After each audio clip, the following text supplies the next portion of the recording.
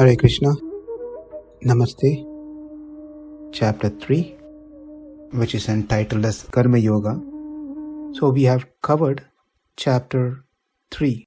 We'll go over a quick overview of Chapter 3, Karma Yoga. Sloka 1 and 2, Arjuna placed his doubt that in Chapter 2, Krishna, you explained, for one to get a vision of Atma, one has to do Karma Yoga. By doing Karma Yoga, one get qualified and they can perform Jnana Yoga, and the end result of Jnana Yoga is to have the vision of Atma. Then why are you asking me to do Karma Yoga? Why can't I directly start doing Jnana Yoga? Karma Yoga seems to be very dangerous and pulling because a lot of activities need to be performed. By doing the activities, one has to accumulate more karma. So, Sloka 3 to 8, Krishna clarifies the confusion by saying there are two kinds of people. Those who have control of Indriyas, and they are the one who are qualified for Jnana Yoga. And those who have not controlled the Indriyas are qualified to do Karma Yoga. And it is not just simply merely abstaining from work one can achieve perfection. Jnana Yoga is not just simply you just stop doing your work and you can become perfect, self-realized person. Because everyone is forced to act as per their qualities that one has occurred from the modes of material nature. And if one doesn't go through this process, bypasses Karma Yoga and takes up Jnana Yoga, and they might be ending up being a imposter, a false person, pretending to be a Jnana Yogi, whereas desires are still there. Whereas one who is not renounced, but still in the household life, but leads a life as I have explained, Krishna has explained, is considered to be much greater than the Jnana Yogi, who falsely retired from karmas.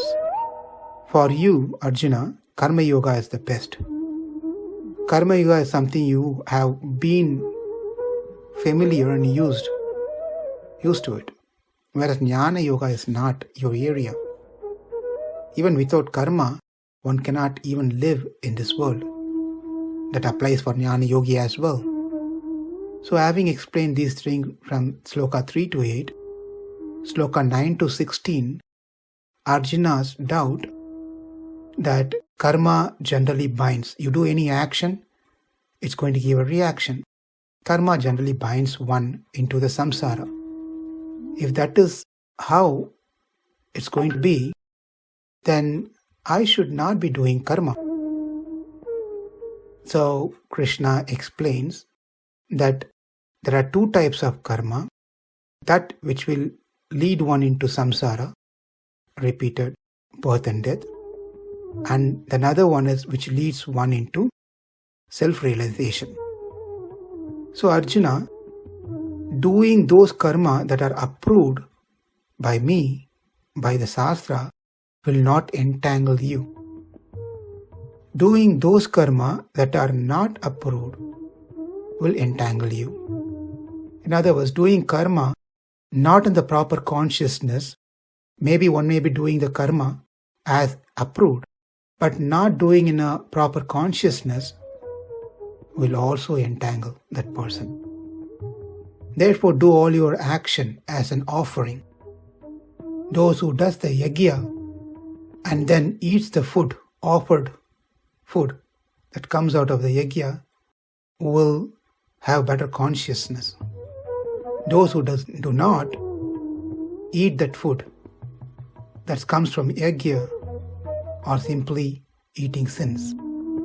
Having explained this from 9 to 16, 17 through 19 sloka, Krishna explained those who has fully engaged and finds happiness in Atma alone.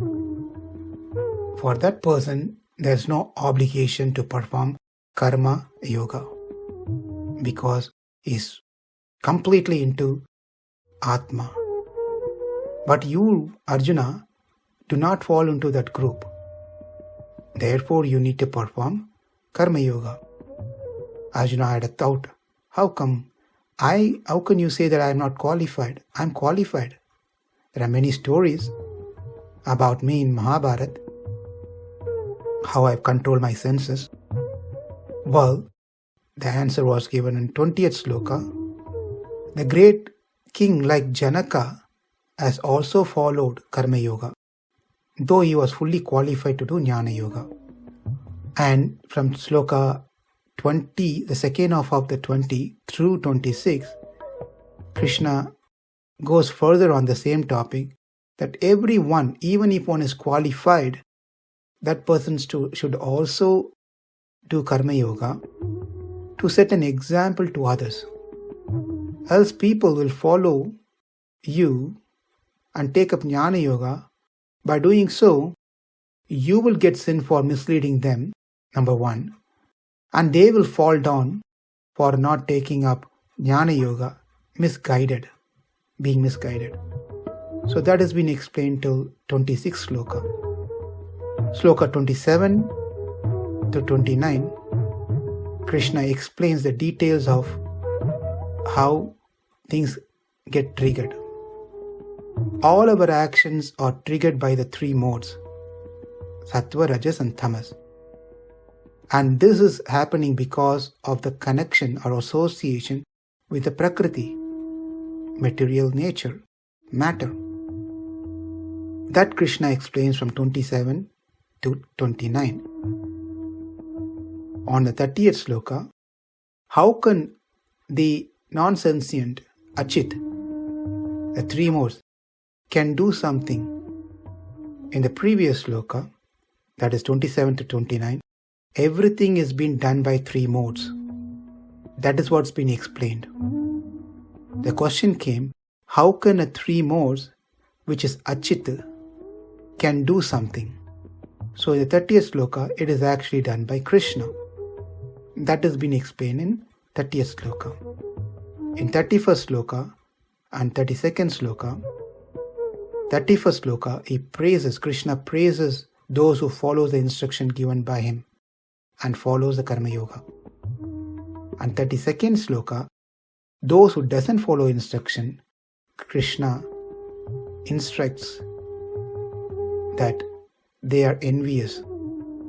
Therefore they are not following and they have to struggle and they will never get freed of bondage of material existence. Sloka 33 to 43, the difficulties that are involved in doing Jnana Yoga is being elaborated. In that, Arjuna asked, what is that makes a person knowingly commit sins? Krishna gives the answer that it is kama, desire, is the cause of every such sinful activities. Therefore, the difficulty of Jnana Yoga is, since the person is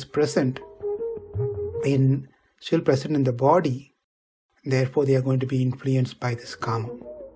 Better you take up Karma Yoga, which is safe all the time. There is no possibility of you falling down. Now let's try to put everything together, what we have learned from this chapter. Atma is eternal, which is full of knowledge and full of bliss. But due to the karma one performed, either good or bad, this Atma is rewarded with a material body, along with all necessary senses, including the mind. The body and mind composed of three modes, Sattva, Rajas and Tamas. The jnana of the Atma constantly observes and grasps things around it. The way it does is by traveling through different junctions, from Atma to the mind. The gunas are present in the mind that will impact the jnana, whereas the gunas or the mind are themselves influenced by the vasanas, the impression that's been carried from previous lives. And these vasanas are created by the action that one performs, the karma that one performs, punya karma or papa karma. These vasanas triggers the three modes. If it is rajoguna, then it creates raha and dvesha. Jnana hence carries this to the next junction, which are the indriyas. They are the outlet to the world, to the sense objects that's present. Then one gets some attraction to those or that object that leads one to want to get that object somehow or the other. And that is called kama, to the point where one desperately wants that. When one gets it, one becomes very happy. Not only that, he wants more of it. It's not the end of the story. He wants to get more and more of that enjoyment. On the other hand, if one doesn't get it, what he wanted, the same kama now turns his face into krodha, anger.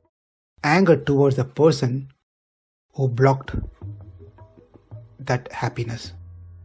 By either getting entangled into the pleasure after getting it, or getting disturbed by not getting, both these things will create a new set of karma, reaction. New karma means new janma. Janma means material body. Material bodies will be influenced by the vasanas upon the three modes. And the three modes produces raga dvesha. Raga dvesha, outcome is kama krodha. By kama krodha, a person performs an action. That action generates new karma. When there's a new karma, there's another body. And this cycle continues and on and on and on.